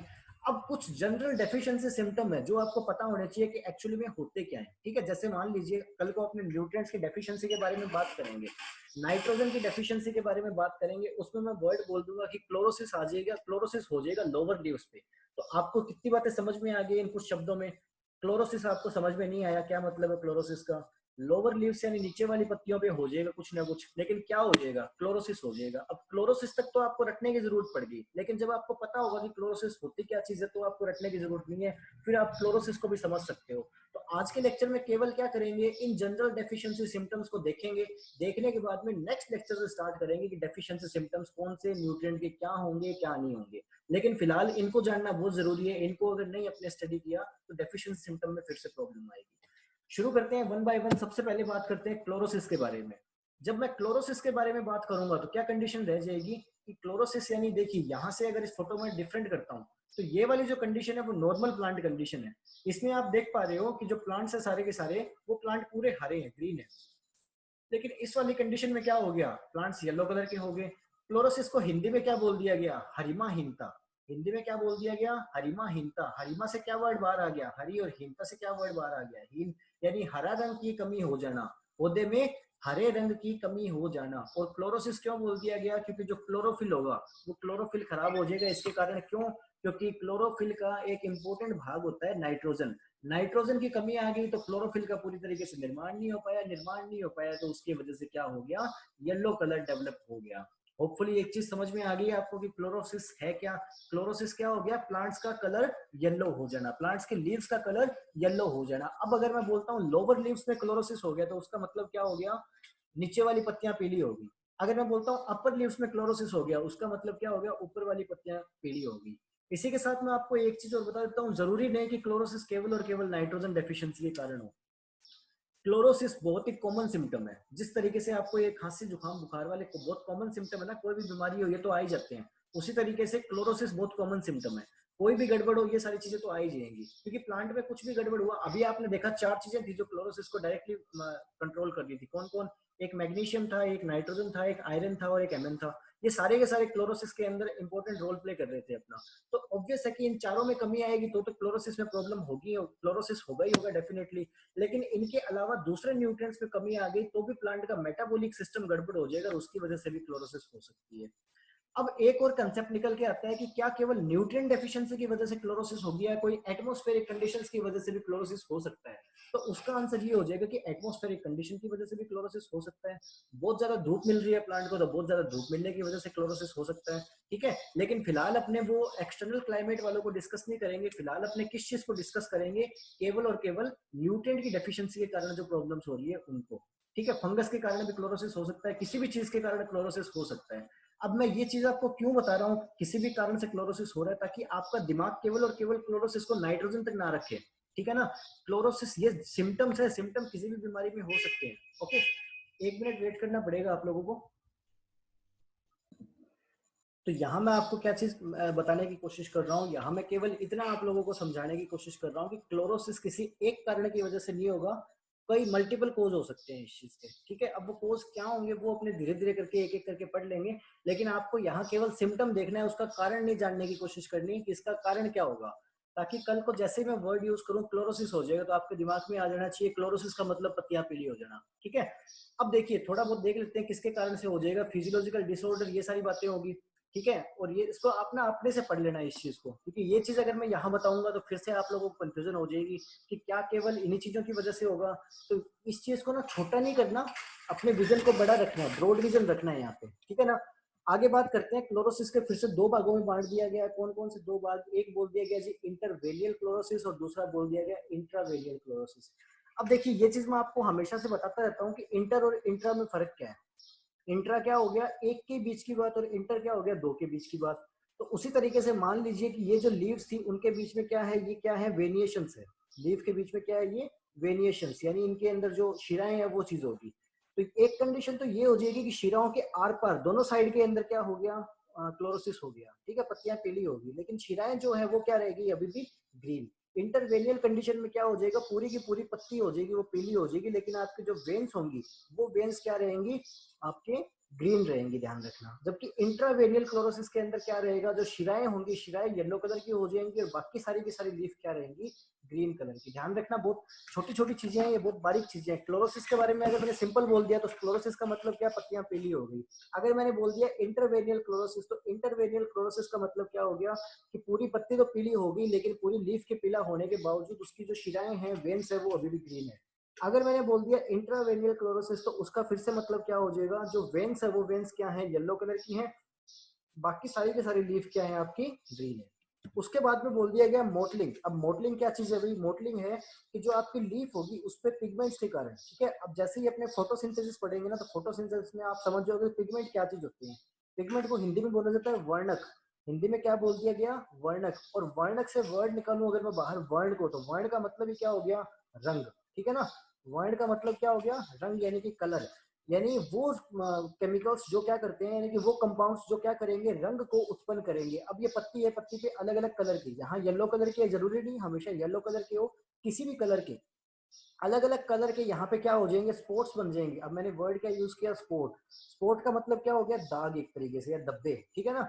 अलग अलग धब्बे बन जाएंगे यहाँ पे कलर्ड, तो उस चीज को अपने क्या बोल देंगे, मोटलिंग। ध्यान रखना, ये कलर्ड होंगे तो ही उसे मोटलिंग बोलेंगे, वरना धब्बे तो और भी कंडीशन में बनेंगे, लेकिन उस चीज को मोटलिंग नहीं, बर्निंग बोल सकते हैं अपने, की जली हुई हो जाएगी स्किन एक तरीके से। क्लियर है ना। तो ये मोटलिंग वाला हो गया सारा का सारा, किसके कारण हो जाएगा, पिगमेंट्स के कारण। उसके बाद में नेक्स्ट में बात करूंगा नेक्रोसिस। तो नेक्रोसिस क्या हो जाएगा, क्या हो जाएगा आपके, डेथ ऑफ टिश्यू। नेक्रोसिस का मतलब क्या होता है, डेथ ऑफ टिश्यू या फिर डेथ ऑफ सेल्स, ठीक है, कि कोशिकाओं की मृत्यु होगी। जैसे फॉर एग्जांपल आपके सामने पूरी की पूरी एक लीफ है, इस लीफ में यहाँ सारी की सारी सेल्स एकदम ओके हैं, लेकिन यहाँ जो कोशिकाएं थी, जो यहाँ आपको ब्लैक सा हिस्सा दिखाई दे रहा है, यहाँ जो कोशिकाएं हैं वो कोशिकाएं मर चुकी है, खत्म हो चुकी है। तो ये मरी हुई कोशिकाएं जो है उनको क्या बोल दिया गया, नेक्रोसिस। नेक्रोसिस क्या है, कुछ टिश्यू की या कुछ कोशिकाओं की मृत्यु हो जाना, कंप्लीट ऑर्गन की नहीं, ध्यान रखना, ठीक है। कंप्लीट लीफ अभी खराब नहीं हुई, लेकिन उसमें से कुछ कोशिकाएं या कुछ ऑर्गन है या कुछ टिश्यू है, वो टिश्यू क्या हो गए, मर चुके हैं अभी। तो इस चीज को हमने क्या बोल दिया, नेक्रोसिस। ओके। उसके बाद में अगर बात करेंगे ब्रोंजिंग के बारे में, तो ब्रोंजिंग में क्या हो जाएगा, कलर अपीयरेंस हो जाएगी। किस तरीके का कलर, या तो कॉपर कलर या फिर ब्रॉन्ज। ब्रॉन्ज का मतलब क्या हो गया, आपके तांबे का रंग, ठीक है ना। वो कलर उत्पन्न हो जाएगा किस चीज पे, लीफ के ऊपर। आपको यहाँ दिखाई दे रहा है कि ये कॉपर कलर इस पे डेवलप हो चुका है लीफ पे। तो इस टाइप के सिम्टम को अपने क्या वर्ड दे देंगे, ब्रोंजिंग, ठीक है। उसके बाद में बोल दिया गया डाईबैक। डाईबैक को आपको नाम से देख के पता लग रहा है, डाई का मतलब मरना और बैक का मतलब उल्टा, ठीक है, कि पीछे की तरफ से मरना, ठीक है। अब पीछे की तरफ से कैसे मरना, जो एक प्लांट होगा, एक पूरा का पूरा ट्री है, उस ट्री में सबसे पहले जो मरना स्टार्ट करेगा पौधा, वो टिप पार्ट से मरना स्टार्ट करेगा। टिप पार्ट इसका खराब होना या डेथ होना शुरू हो जाएगा, और ऊपर से नीचे की तरफ पौधा क्या होगा, सूखता चला जाएगा। तो इस चीज को क्या बोल दिया गया, डाईबैक। यहाँ भी देखिए प्लांट है, बिल्कुल टिप पार्ट से खराब होना शुरू हुआ या फिर मरना स्टार्ट हुआ, और नीचे की तरफ पौधा मरता चला जाएगा, ठीक है ना। तो इस चीज को क्या बोल दिया गया, डाईबैक। होता किसकी वजह से, मोर स्पेसिफिकली कॉपर की वजह से। अपने मोस्टली कॉपर पढ़ते हैं इससे रिगार्डिंग, बाकी इसके अलग अलग जो भी कारण होंगे अपने इनको स्टडी कर लेंगे। कुछ एक यहाँ पे लिखे भी गए हैं, देख लेना उनको। बाद में बात की गई विल्टिंग के बारे में। विल्टिंग को हिंदी में क्या बोल दिया गया, मुरझाना एक तरीके से, या फिर मुरझान। अब इसका मतलब सबसे इजी आपके लिए समझना है विल्टिंग वाला ये। इसके अंदर क्या हो गया, पौधे में पानी नहीं डालोगे थोड़े दिनों तक, तो वो क्या करेगा, विल्टिंग शो कर देगा, मुरझा जाएगा। उस चीज को विल्टिंग बोल दिया गया। यहाँ आपके सामने शायद बाजरे की फसल है, ये फसल में क्या हो रखा है, पानी नहीं दिया गया, या फिर कोई डिजीज के कारण या फिर किसी न्यूट्रिएंट की डेफिशिएंसी के कारण पौधा क्या हो गया, सूख गया या फिर मुरझाया हुआ हो रहा है। कब मुरझाएगा, जब उसकी टर्गिडिटी कम हो जाएगी, है ना। टर्गिडिटी इसने अपनी खो दी, तो इस कंडीशन में पौधा मुरझाया हुआ है, यानी विल्टेड शो होगा। इस कंडीशन को क्या बोल दिया गया, विल्टिंग। नेक्स्ट की बात करेंगे स्कोर्चिंग। तो स्कोर्चिंग के अंदर क्या हो गया, एक टिश्यू जो होगा वो जला हुआ लगेगा हमें, टिश्यू जला हुआ लगेगा, बर्न, जैसे कि मतलब उसे आप लाइटर लेकर के आपने जला दिया उसे, लेकिन उसमें जो कलर उत्पन्न होगा वो कलर डेवलप कौन सा होगा, लाइट ब्राउन कलर होगा। ध्यान रखना, इसमें कौन सा कलर, लाइट ब्राउन। एक और होता है बर्निंग बोलते हैं, पता नहीं क्या बोलते हैं उसे, ऐसा ही कुछ टर्म है। उसके अंदर कलर लाइट ब्राउन का नहीं होता, उसके अंदर कलर कैसा रहता है, डार्क ब्राउन। ठीक है, इतना डिफरेंस है उसमें और इसमें। होता है वो एक सिम्टम, याद नहीं आ रहा अभी, कभी नेक्स्ट बता दूंगा आपको। ठीक है, तो स्कॉर्चिंग किस चीज को बोल दिया, ऐसा जिसके अंदर पूरी की पूरी लीफ या लीफ का कुछ पार्ट जला हुआ महसूस होगा, लेकिन कलर उसका जले हुए हिस्से का कैसा रहेगा, लाइट ब्राउन। उसके बाद में नेक्स्ट अगर मैं बात करूंगा, नेक्स्ट क्या हो गया आपका, रोजेटिंग। रोजेटिंग की अगर मैं बात करूंगा, इस कंडीशन में क्या रह गया, जो पत्तियां होंगी वो पत्तियों का साइज बहुत छोटा रह जाएगा। जैसे ये मानते हैं हेल्दी रोज है और ये क्या है, रोजेट रोज है। तो इसके अंदर यहाँ जो लीव्स थी इनका साइज क्या है, पूरा बड़ा है, लेकिन यहाँ जो पत्तियां उनका लीफ साइज क्या हो गया, छोटा हो गया। लीफ साइज इनका छोटा होने की वजह से ये एक क्लस्टर का निर्माण कर लेगी या फिर एक झुंड का निर्माण कर लेगी, जिस चीज को क्या बोल दिया गया, रोजेटिंग। आपके सामने यहाँ एक प्लांट की स्ट्रक्चर है, इसमें क्या है देखिए, पत्तियां कितनी छोटी छोटी है यहाँ पे। तो पत्तियां छोटी छोटी होने की वजह से क्या हो गया, ये पत्तियां आपस में एक झुंड का निर्माण कर रही है, एक क्लस्टर का निर्माण कर रही है, जिस कंडीशन को हमें बोल दिया गया रोजेटिंग। उसके बाद में बात करेंगे तो डिस्टॉर्शन ऑफ लीव्स। डिस्टॉर्शन का मतलब क्या हो गया, उनकी शेप खराब हो जाना है, विकृति हो जाना पत्तियों के अंदर कोई भी। अब विकृति अलग अलग टाइप की हो सकती है, एक में भी कपिंग, ट्विस्टिंग या hooking, curling, head distortion, wavy वगैरह, ये सारी अलग अलग चीजें। यहाँ अपने एक दो के बारे में बात करते हैं। सबसे पहले बात करते हैं कपिंग के बारे में। कपिंग, कप कैसे शेप का हो गया, आप सारे लोग जानते हो। ठीक है, तो यहाँ जो पत्तियां होंगी वो पत्तियां ऊपर की तरफ मुड़ जाएंगी। पत्तियां कहाँ मुड़ जाएगी, अपवर्ड। ठीक है, पत्तियां कहाँ मुड़ जाएंगी, ऊपर की तरफ। ऊपर की तरफ मुड़ने के कारण पत्तियां एक कप की जैसी स्ट्रक्चर का निर्माण कर लेगी, जिसको हमने क्या वर्ड दे दिया, कपिंग। ध्यान रखना, मोस्ट इंपोर्टेंट है ये वाला, अगर आपको समझ में नहीं आया ना, आगे जो न्यूट्रिएंट डेफिशिएंसी में सबसे टिपिकल डेफिशिएंसी सिम्टम है वो समझ में नहीं आएगा। ठीक है ना। कपिंग में क्या होगा, कपिंग में जो पत्तियां होंगी वो ऊपर की तरफ मुड़ जाएंगी और ऊपर की तरफ मुड़ के किसका निर्माण कर लेगी, एक कप की स्ट्रक्चर का। ठीक है। उसके बाद में सेकंड क्या बोल दिया गया, ट्विस्टिंग या फिर हुकिंग। ट्विस्टिंग के अंदर क्या हो गया, ट्विस्ट का मतलब क्या हो गया, गड़बड़ी होना, आधा टेढ़ा तिरछा। तो यहाँ पे क्या हो गया, देखिए ये पत्तियां क्या होगी, ट्विस्ट हो गई। हुकिंग की कंडीशन की बात करूंगा तो हुकिंग के अंदर क्या रह जाएगा, हुकिंग के अंदर पत्तियां नीचे की तरफ मुड़ जाएंगी, इसके अंदर अपवर्ड मूवमेंट हो रही है पत्तियों की, उसके अंदर डाउनवर्ड नीचे की तरफ मुड़ जाएंगी और हुक की शेप बना लेगी। किसकी शेप, हुक की शेप बना लेगी, उसे क्या बोल दिया गया, हुकिंग। क्लियर है ना। यानी पत्तियों की जो शेप है वो शेप खराब हो जाना, डिस्टॉर्शन ऑफ लीव्स। उसके बाद में फाइनल बोल दिया गया गमोसिस। गमोसिस के बारे में बात करेंगे तो क्या होगा, इससे जो कोशिकाएं होंगी, कोशिकाओं से गम या फिर एक सिक्रेशन होना स्टार्ट हो जाएगा, एक्सक्यूट करना स्टार्ट कर देगा एक मटेरियल, जिसे हमने क्या टर्म दे दिया, गमोसिस। और सबसे कॉमन किस चीज के अंदर है, ये सिट्रस क्रॉप के अंदर सबसे कॉमन है, ध्यान रखना इस चीज को। ये आपके कुछ सिम्टम्स है। इन सिम्टम्स को पढ़ने के बाद में डेफिशिएंसी सिम्टम कहाँ उत्पन्न होंगे वो सारा हम पढ़ेंगे, लेकिन वो इस लेक्चर में नहीं पढ़ेंगे, वो अगले लेक्चर में पढ़ेंगे। क्योंकि ये अब जो पार्ट स्टार्ट होने वाला है वो थोड़ा फिर से कंसेप्चुअल हो गया, कंसेप्चुअल पार्ट हो गया। अभी इतनी देर से पढ़ते चले आ रहे हैं, अभी इसको कंटिन्यू करोगे तो उतना अच्छा नहीं हो पाएगा जितना अच्छा इसे होना चाहिए। एक लेक्चर में और खत्म कर देंगे सारा का सारा न्यूट्रिएंट, लेकिन इसी लेक्चर में इसको खत्म कर देना सही नहीं होगा, कचरा सा हो जाएगा एक तरीके से, क्योंकि इसमें थोड़ा समझने वाली चीजें हैं। यहाँ तक आपका सारा ये कंप्लीट होता है, किसके, न्यूट्रिएंट के सिम्टम्स भी कंप्लीट होते हैं, सॉरी डेफिशिएंसी के जो सिम्टम्स होते हैं, जनरल डेफिशिएंसी सिम्टम, वो भी कंप्लीट हो रहे हैं, फिजियोलॉजिकल रोल भी कंप्लीट हो रहे हैं। यहाँ तक कोई चीज रह गई हो या कोई चीज समझ में ना आई हो तो प्लीज बताना, उसके बाद में बाकी का सारा कहाँ कंप्लीट कर देंगे अपने नेक्स्ट लेक्चर में। Okay, thank you so much.